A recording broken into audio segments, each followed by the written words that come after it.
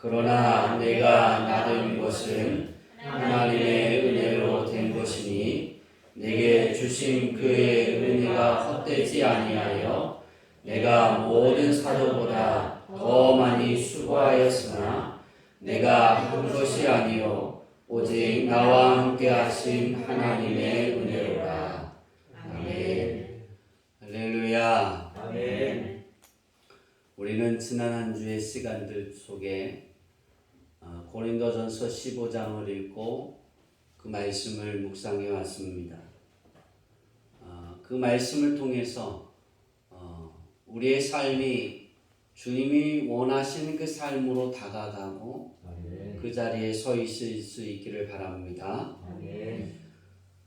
사람이 어떤 것을 말할 때 받아들이는 것은 다 각자가 다릅니다. 근데 그 받아들이는 그 포인트에 따라 그의 인생이 달라질 수 있습니다.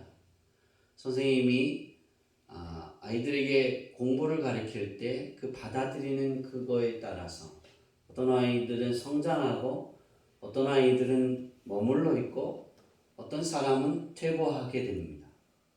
그 받아들이는 관점입니다. 제가 전도사 시절에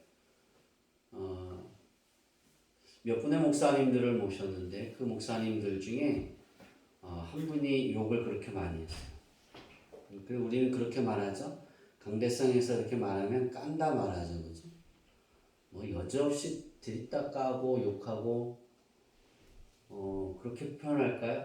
전도사가 열심히 오전 주일날 제가 시작할 때 그 교회에서 시작할 때 5시에 주일날이 되면 5시에 하루를 시작합니다. 목사님이 5시에 일어나셔서 그 목사님을 케어해야 되니까, 돌봐야 되니까 5시에 움직이면 굉장히 힘들잖아요. 차량 운행도 해야 되죠. 기관도 가르쳐야 되죠. 주일날에 또 성경 공부도 해야죠. 그러면 주일날 저녁 8시에 예배를 드렸는데 전도사들은 다 서서 예배 드렸어요. 자리가 있어도. 왜 그랬는지 모르겠어요. 근데 주일날 피곤하잖아요. 피곤해서 잠깐 눈을 이렇게 감으면 좋은다고, 잔다고, 버르장말이 없다고, 쌍시옷자가 하면서 소리를 지르시고 강대상에 뭐가 있으면 그게 날라와요. 그래서 그런 사람들이 그 안에 그 있던 전사들 중에 못 박이고 나가는 사람도 있고 저처럼 2년을 넘게 있었던 사람도 있고 저는 받아들일 때 그렇게 생각했어요. 하나님이 내게 부족한 것이 있어서 깨달으라고 하시나 보다. 말씀하시는가 보다. 어떤 사람은 나를 미워서 그런가 보다. 목사님이 똑같은 하나님의 말씀을 전해도 이 자리에 있는 모든 성도들이 다 틀려요. 나를 미워하는가 보다. 누가 내게 목사님한테 내 얘기를 고자질했나 보다. 그런 식으로 받아들이는가 하면 하나님이 내게 말씀하시는가 보다. 내가 고쳐야 하나 보다. 그렇게 받아들임이 틀리다라는 거예요. 우리가 회복의 은혜를 받고 회복이라는 표어를 통해서 정말 하나님이 우리의 신앙의 삶 속에 회복이라는 것을 맛보게 하신다. 그러니까 내 삶의 현장에 하나님이 주시는 회복의 그 맛을 보게 한다. 그것이 표어인데 하나님이 허락하셨다라는 그 말씀의 그 삶의 표현이 우리의 삶에 이루어지는 회복이 올해 표어잖아요. 그럼 그 표어가 이루어지려면 어떻게 해야 될까? 하나님의 말씀을 내가 거울로 삼고 나를 들여다봐야 되는 거예요. 그러니까 내 기준에 맞추는 것이 아니라 하나님의 말씀의 기준에 맞춰서 살아가야 한다는 거죠. 내 기준은 다 다르죠, 그죠? 그러니까 저의 기준이 다르고 여러분의 기준이 달라요. 제가 바라보는 하나님의 시선과 내가 하나님께 나아가는 믿음의 삶의 시선의 바라봄과 여러분의 바라봄이 틀려요. 그래서 저는 화가 날 때도 있고 소리 지를 때도 있고 여러분을 막 다그칠 때가 있어요. 왜? 그렇게 올라서지 않으면 안 되니까. 근데 그것을 어떻게 받아들일까요? 모르겠어요. 어떤 이는 상처로, 어떤 이는 아픔으로, 어떤 이는 미움으로, 어떤 이는 떠나는 것으로 그렇게 받아들일 수 있어요. 과연 목사가 하나님이 말씀하신 것처럼 양육하고 가르치고 먹여야 되는데 그것을 하지 않으면 어떻게 될까? 소리쳐야 할 때 소리치지 않으면 어떻게 될까? 여러분 잘 아시잖아요. 자녀들을 양육할 때 따끔하게 혼을 내서 그것이 잘못됐다는 것을 가르치지 않으면 그 아이는 그것을 영영 잘못된 길로 가게 됩니다. 우리나라의 교육에 있어서 제가 좋지 않은 것이 매를 드는 것. 그것도 좋지 않은데 들지 않는 것도 좋지 않아요. 그러니까 잘못한 부분을 지적해 주는 것이 좋은데 그것이 지금은 선생님들이 지적하면 뭐라 그래요? 바로 올라가죠. 그죠? 똑같은 겁니다. 우리가 신앙생활을 할 때 오늘 말씀의 제목처럼 바울이 고백하는 것처럼 하나님의 은혜입니다. 이 고백이 나온다는 것은 그가 살아왔던 그의 시간들 속에 그의 여정들 속에 하나님이 함께 하셨고 하나님이 나를 돌보셨기 때문에 가능한 겁니다라고 고백하는 거예요. 그렇다면 그것을 어떻게 받아들일까입니다. 여러분들이 사도 바울을 생각할 때 여러분은 어떻게 생각하시는지 모르겠어요. 그가 예수님을 다메섹 도상에서 예수님을 만나고 예수님을 영접하고 그가 하나님의 말씀을 증거하러 가는 그 삶 속에 하나님이 친히 부르신 거니까 그가 말씀을 듣고 그가 깨달음을 얻어서 예수님을 영접한 게 아니에요. 바울은 친히 임재하셨어요. 그러니까 바울은 하나님이 부르신 거예요. 하나님이 필요를 따라 예수님을 통해서 그냥 그를 끌어내신 거예요. 그 자리에서. 하나님이 세우시려고. 왜냐하면 복음이 전해져서 그가 듣고 변화되어져서 하나님께 나아가야 되는데 더 안 좋았잖아요. 더 믿는 자들을 잡아 죽이고 바울 그러면 뭐예요?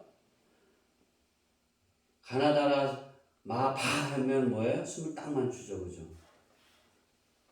우리나라 사람들이 일제시대에 순사에 순자만 나오면 뭐예요? 숨소리도 안 났대요. 왜? 그렇게 악독했으니까. 바울이 그랬다고요. 예수님을 주라 시인하고 예수님이 메시아다라고 말하고 예수님이 부활하셨다라고 말하면 잡아 죽였다. 그 권세가 있었어요. 바울은 예수님을 주라 시인하는 사람들을 잡아 죽이는 것이 죄가 아니다라는 그 증서가 있었어요. 잡아 죽여도 된다. 현정이가 예수 믿어요. 가짜가 들리면 어떻게 될까요? 도망간대요. 그렇죠? 당연히 도망가죠. 숨죠. 왜? 바울은 뭐 하는 권세가 있었다고요? 죽일 수 있는 권세가 갖고 있었어요. 죽여도 자기 잘못이 아니에요. 당연한 거예요. 그런 이치에 살던 바울을 하나님이 부르셨다. 그리고 예수님을 만나서 그가 변화됐다. 그럼 우리가 생각할 때 바울의 삶은 탄탄대로죠. 왜? 하나님이 부르셨으니까. 그랬을까요? 그래서 바울이 하나님의 은혜였습니다라고 고백했을까요? 천만에요. 그렇지 않습니다. 바울이 고린도 성도들에게 이렇게 쭉 편지를 쓰고 오늘 우리가 읽은 15장은 부활의 장입니다. 고린도 교회인들이 부활을 부인했습니다. 부활에 대해서 인정하지 않는 이단들이 들어왔습니다. 이단이 얼마나 무서우냐면 그 안에 잘못된 것을 심겨줘서 그것을 믿게 하고 복음을 송두리째 사라지게 만드는 거예요. 그러니까 초대교회에도 이단이 심했어요. 지금 우리나라의 신천지만 심할까요? 천만에요. 신천지는 드러났으니까 심한 게 아니에요. 여러분, 이단은 드러난 것은 심하지 않아요. 왜냐하면 신천지, 이단이야? 하나님의 말씀에서 벗어난 사람들이야? 잘못된 종교야? 그렇게 알고 있으니까 그것은 문제가 되지 않다고요. 근데 드러나지 않은 이단들은 우리의 삶을 좀먹게 되고 우리의 인생에 천국을 가는 그 길을 가로막고 천국을 들어갈 수 없게 만든다는 거예요. 그런데 그거 아세요? 받아들이는 데 있어서 하나님의 자녀들이, 크리스천들이 믿음의 길을 걷다가 왜 그렇게 이단들의 이야기에 혹하고 빠져들어갈까? 교회는 하지 말라 하나님의 말씀에는 하지 마라 합니다.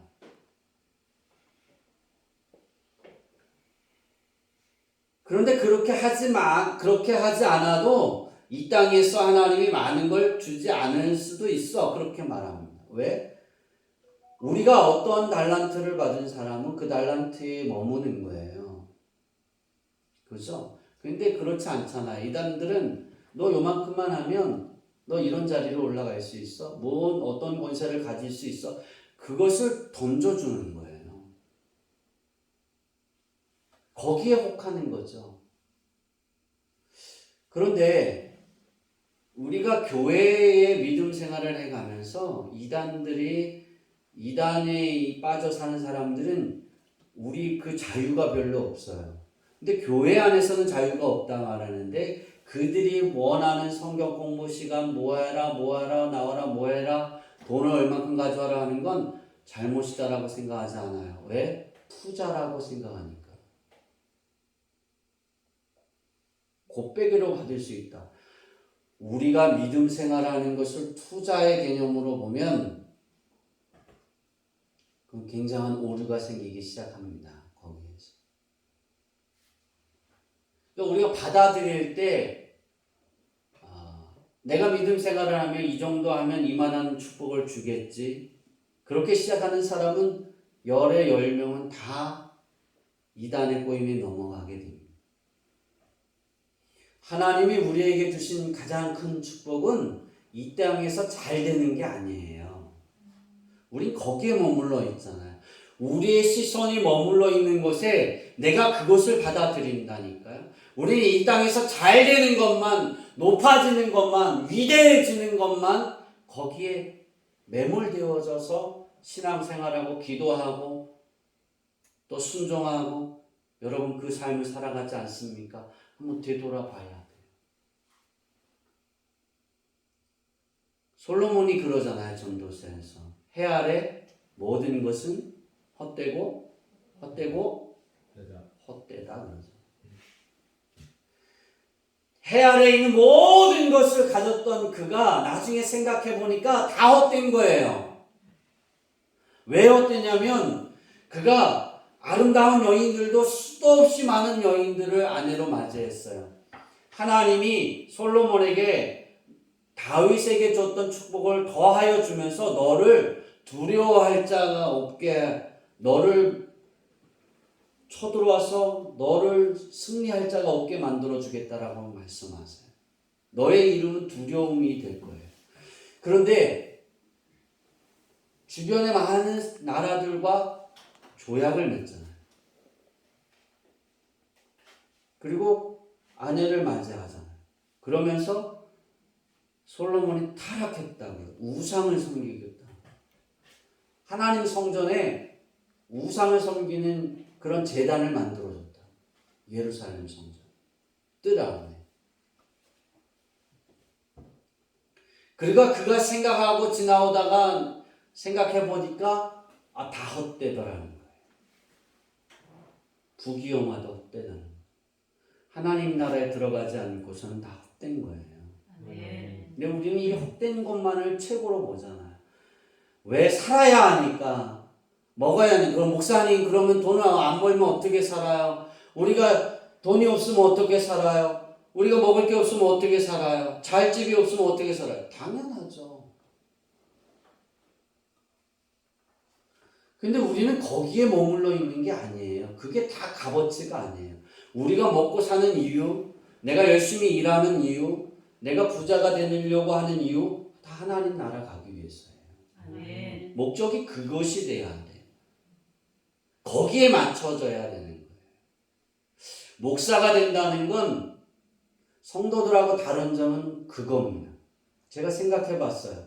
한 주 동안 생각해 봤어요. 목사는 무엇일까? 하나님의 은혜라고 고백하는 것. 그러면 목사는 어떤 게 다를까? 목사는 돈이 필요 없을까? 돈 필요해요.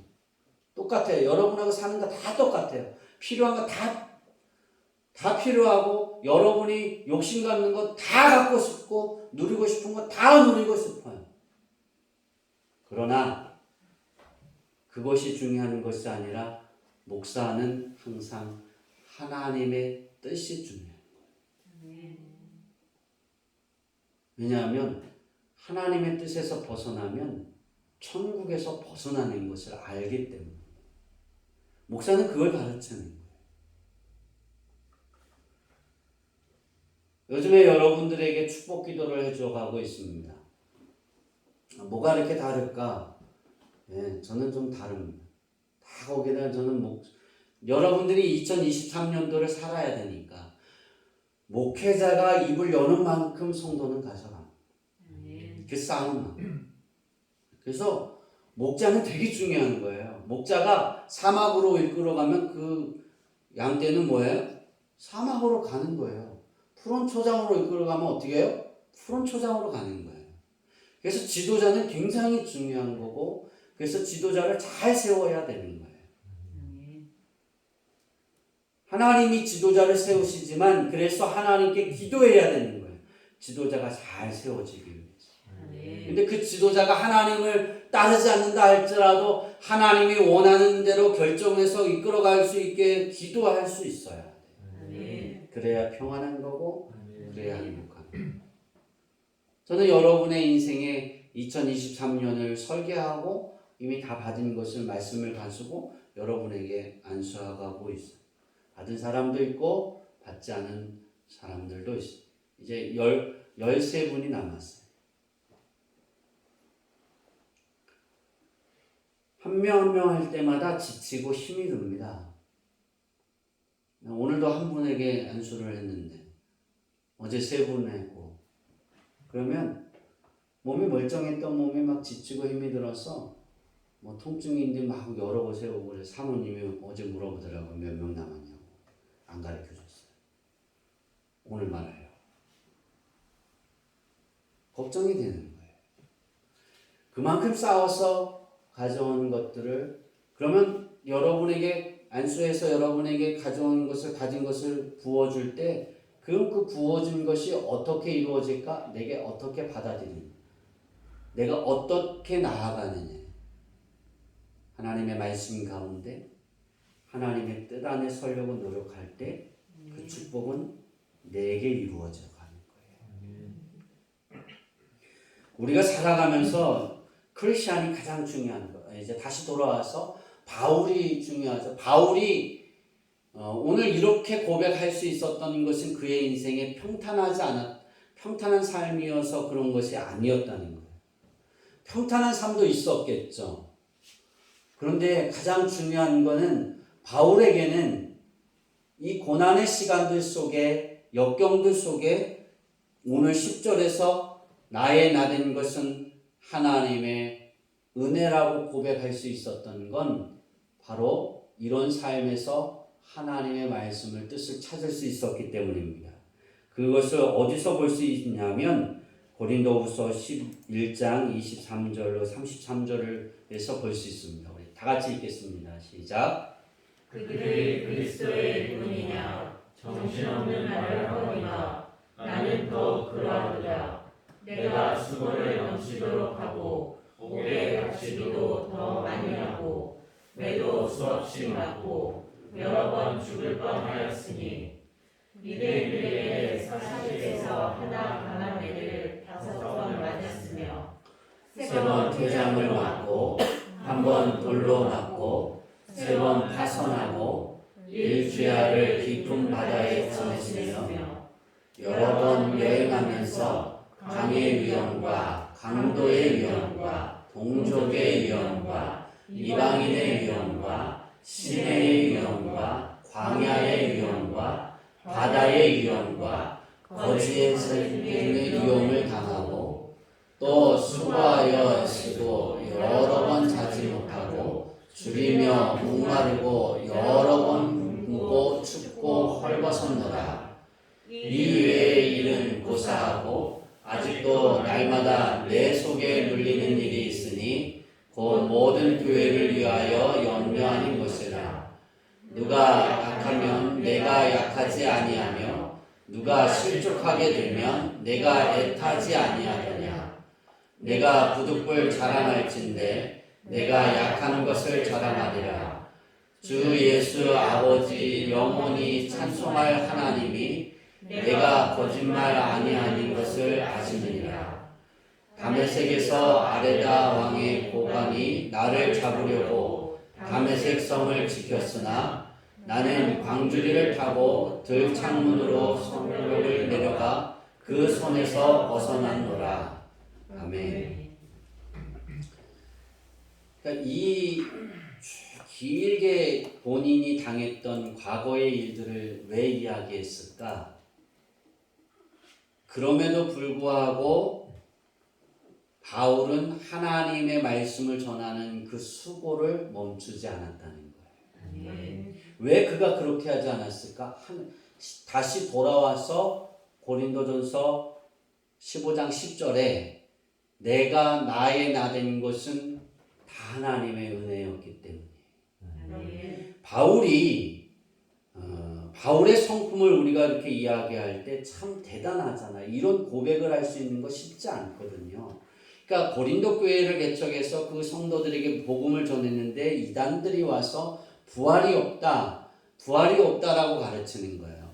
다시 살아나지 않는다. 예수님 부활하지 않았다. 그런 이단들이 들어와서 교회가 혼란이 일고 그렇게 표현할까요? 풍지박살나게 된 거예요. 고린도 교회 성도들에게 편지하면서 부활의 장을 15장을 쭉 하면서 자기 자신의 이야기를 한 거예요. 나는 나의 나된 것은 하나님의 은혜다. 우리가 10절을 가만히 뜯어서 살펴보면 나의 나된 것이라는 헬라어는 호에이미인데요. 여기서 바울은 사람을 선행해야 할 조건으로 받는 호수를 사용하지 않고 그냥 호 하나만 사용했어요. 이것은 바울의 성품이 본래 자신이 가지고 있던 인격이 아니라 그리스도를 알고 예수님을 알고 깨닫고 난 이후에 예수님을 본받게 된 성품이라는 거예요. 그러니까 변화된 성품이라는 거죠. 바뀌어졌다는 거예요. 그러니까 자기가 뭔 것을 알고 변한 것이 아니라 하나님이 부여해 주신 성품이라는 거죠. 우리는 우리 스스로가 자신을 제어하고 거짓말할 수 있어요. 속여갈 수 있어요. 그러나 그것은 한계점이 있어요. 크리스찬이 예수님을 영접하면 다시 태어난다 그래요. 새 사람이 되었다 그래요. 그 새 사람이 무엇이냐? 하나님이 내게 주신 그 성품이 내가 고유에 가지고 있던 성품을 뛰어넘어가는 거예요. 점령해 가는 거예요. 반대로 크리스찬이 하나님이 주신 고유의 성품을 살다가 세상이 좋아지면 하나님의 성품을 점령해 가는 거예요. 그러면 하나님의 권능에 자제되고 없어질 수 있어요. 구원을 받지 못할 수도 있어요. 우리가 신앙생활을 살아가면서 자연적으로 나오는 고백이 무엇이어야 될까? 여호와는 나의 목자이십니다. 여호와는 나의 소망입니다. 여호와는 나의 기력과 나의 생명이십니다.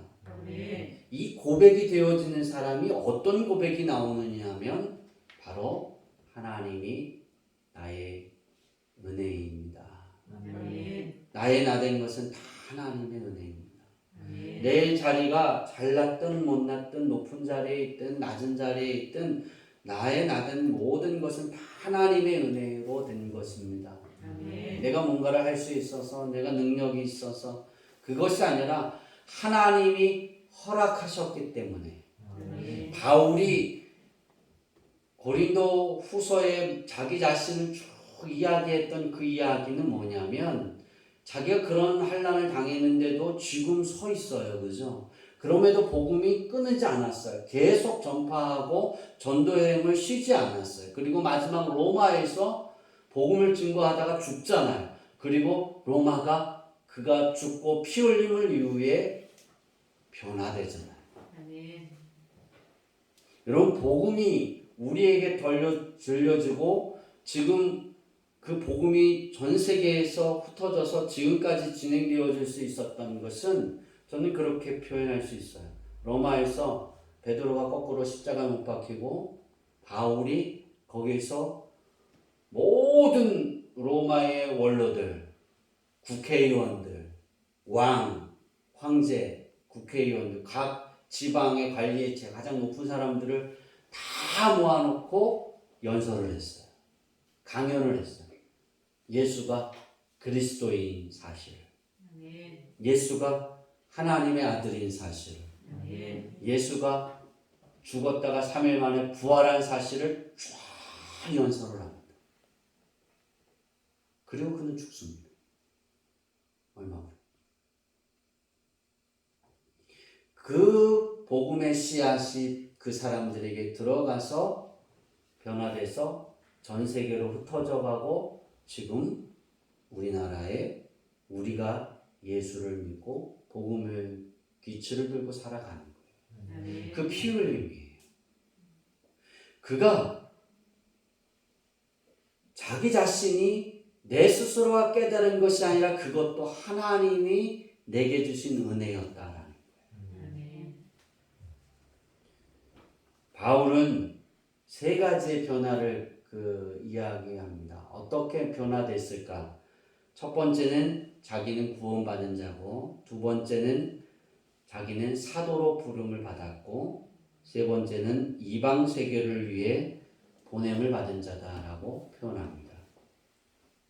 이 세 가지는 자기가 능력이 있어서 그런 것이 아니라 오직 하나님의 은혜로 되어진 것이다라고 표현하는 거예요.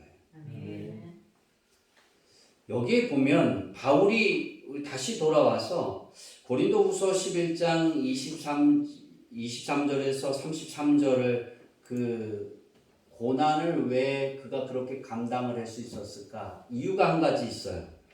내게 주신 그의 은혜가 헛되지 않게 하기 위해서였습니다. 바울이 매를 맞을 때 그 매를 참은 것, 말도 안 되는 모욕을 당하는 것, 그것을 참아낸 것은 하나님이 자기 자신을 부르신 그 은혜가 헛되지 않게 하려고 참았고 수고했다라고 말하고 있어요. 내가 모든 사도보다 수고했다 그랬어요. 수고하다라는 헬라어는 코피아노예요. 코피 흘리다, 그죠? 수고하면 코피 나잖아요, 그죠? 코피 흘릴 정도로 수고한 거예요.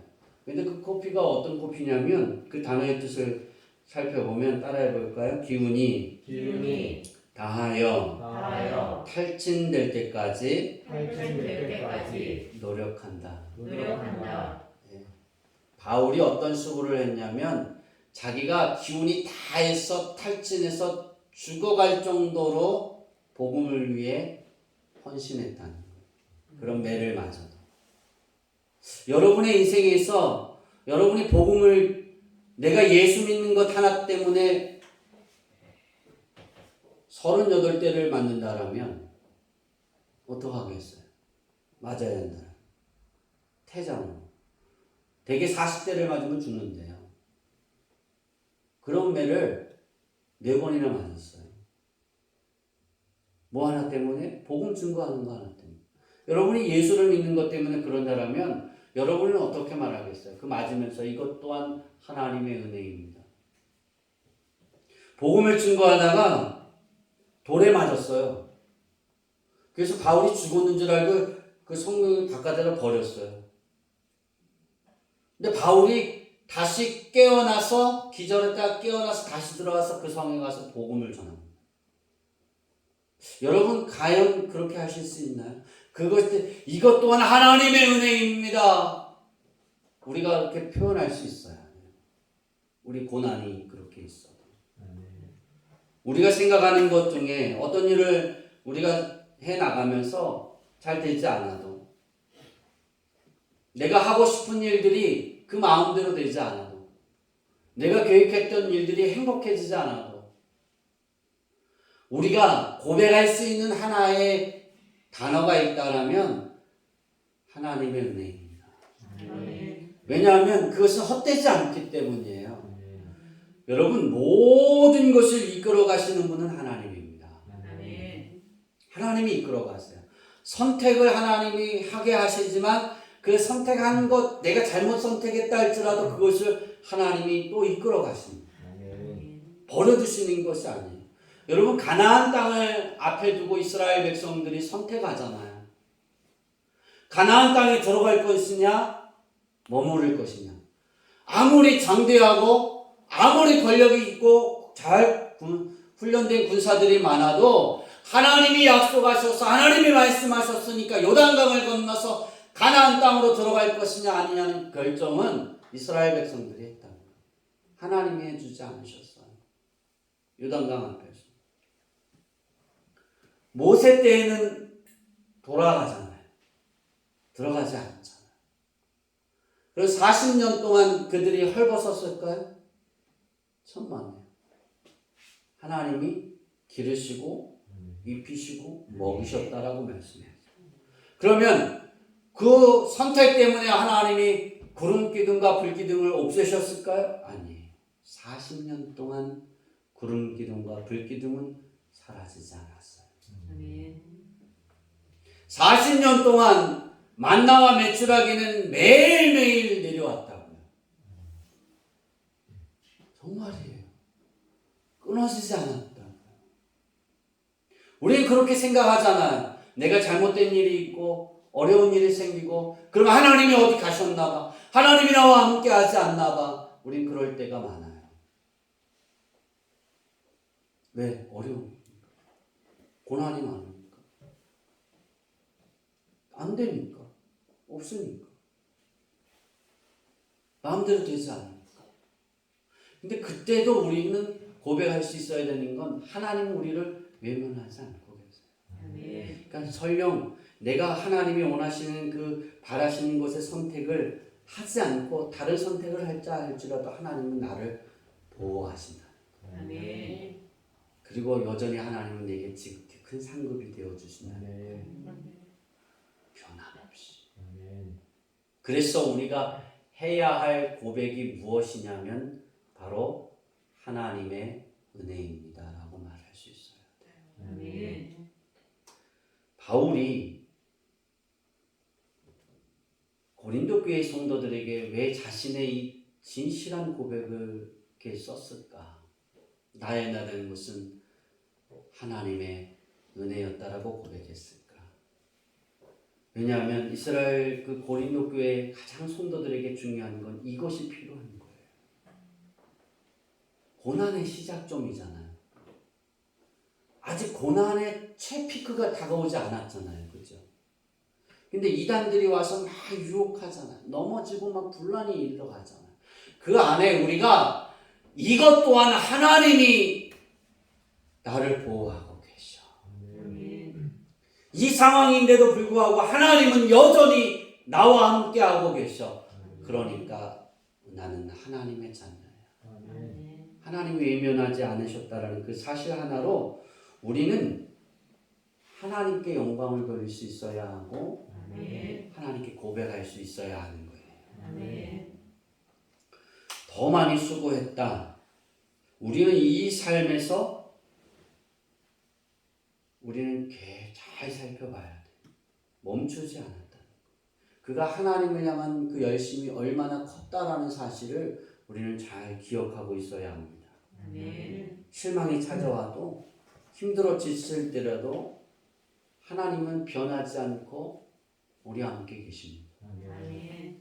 예수님의 능력이 그 모든 일에 전혀 제한받지 않습니다. 내 어려운 일에 예수님의 능력이 제한받고 있나? 아니에요. 여전히 임하고 있는 거예요. 아멘. 그래서 여러분이 지금까지 살아오셨잖아요. 아멘. 그래서 여러분이 그 어려운 가운데도 제한받고 있지 않기 때문에 내가 죽을 수 있을 것 같아, 망할 것 같아, 살아있잖아요. 아멘. 견디고 있잖아요. 아멘. 우리 그걸 잊어버리는 거예요. 왜 그럴까요? 하나님의 시간을 모르는 거예요. 앞에 어떻게 될 줄을 모르는 거예요. 앞에 오아시스가 있는 걸 모르고 광야에서만 괴로운 거예요. 푸른 초장이 있는 걸 모르는 거예요. 예, 당연한 거예요. 우리는 그럴 수 있어요. 실망할 수 있어요. 좌절할 수 있어요. 원망할 수 있어요. 근심하고 염려에 빠져서 괴로워하고 슬퍼하고 낭망하고 그 자리에 있을 수 있어요.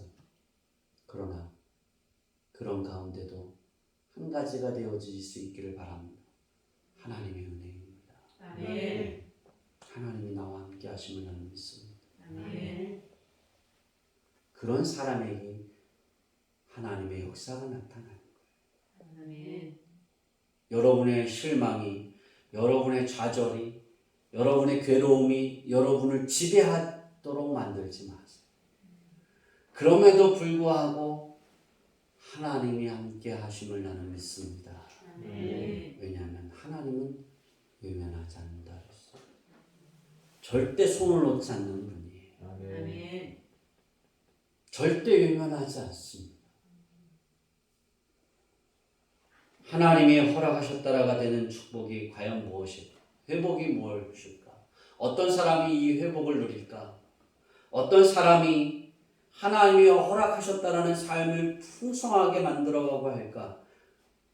그 결론을 오늘 말씀에서 찾았는데 그 결론 두 가지는 이겁니다. 어떤 사람이 회복되어질까? 첫째는 진리에서 벗어난 곳에서 돌이킬 때 회복이 됩니다. 아멘. 둘째는 여호와를 기뻐하는 삶의 회복이 있을 때 하나님이 허락하셨다라가 되는 거예요. 아멘. 이 두 가지는 하나로 포함하면 오늘 바울이 고백한 그 고백입니다. 나의 나된 것은 하나님의 은혜였습니다. 아멘. 여러분의 입에 이 고백이 젖어들어서 여러분의 입이, 여러분의 혀가 이 고백을 가장 많이 이렇게 돌렸으면 좋겠어요. 아멘. 하나님의 은혜입니다. 아멘. 실망하고 좌절했을 때도 하나님의 은혜입니다. 아멘. 그럼 사람들은 미쳤다 그래요. 예. 그들이 하나님이 나를 인도하신다는 걸 모르기 때문에 미쳤다라고 그러는 거예요. 우리 주양기교회 성도들은 누가 이렇게 힘들어서 어떻게 해요? 하나님의 은혜입니다. 아멘. 이렇게 잘 됐는데 어떻게는 아니죠? 너무 잘 돼서 부러워요. 하나님의 은혜입니다. 아멘. 또 뭐가 있을까요? 네, 없다니까요. 그 두 가지 다 좋은 일, 나쁜 일 있어도 누가 물어볼 때도 하나님의 은혜입니다. 내 마음에서 요동칠 때도 하나님의 은혜입니다. 억지로라도 하세요. 아멘. 고백하세요. 여러분의 것으로 만드세요. 바울처럼 하나님이 역사하실 겁니다. 아멘. 비천한 곳에 처할 때도 하나님이 그 비천한 곳에서도 먹게 하시고 일어나는 회복에 있게 하시고 높은 곳에 있을 때도 누가 나를 찍어내고 나를 넘어뜨려 해도 하나님이 그곳에도 먹게 하시고 살게 하신다는 거예요. 아멘. 여러분의 있는 자리에, 여러분의 삶 속에 가장 중요한 고백은 하나님의 은혜입니다. 아멘. 나의 나된 것은 하나님의 은혜입니다. 이것이 여러분의 것이 되기를 바랍니다. 아멘. 이제 2011년도 마지막 주일을 보내면서 지금 내가 있음은 모두 하나님의 돌보심의 은혜입니다. 또한 새해를 열어주시며 더 많은 곳에 부활의 예수님을 빛을 비추게 하시는 그 하나님의 은혜로 살아갈 줄 믿습니다. 아멘. 이 감사가 여러분에게 있기를 바랍니다. 아멘. 네, 오늘 또 우리 주양기 교회에는 먼 곳에 있는 사랑하는 아들이 있어요. 3월달까지 일하면서 복음 말씀을 듣는 자녀들도 있고, 독감 때문에 아파서 집에 있는 일이 있어서 못 나오는 여러 일들 성도들이 있어요. 근데 그 처소에서 가장 중요한 건, 내가 영상으로 예배를 드리든 내 삶의 처지가 어디에 있든 가장 중요한 건 한 가지, 하나님의 은혜입니다. 아멘. 거기에 회복이 있습니다. 아멘. 거기에 하나님의 허락하심이 있습니다. 아멘. 우리 주양기교회 성도들의 삶 속에 나의 나 된 것은 다 하나님의 은혜였습니다. 라는 고백이 여러분의 말과 행동에 차고 넘치기를 축원합니다. 아멘. 기도하겠습니다.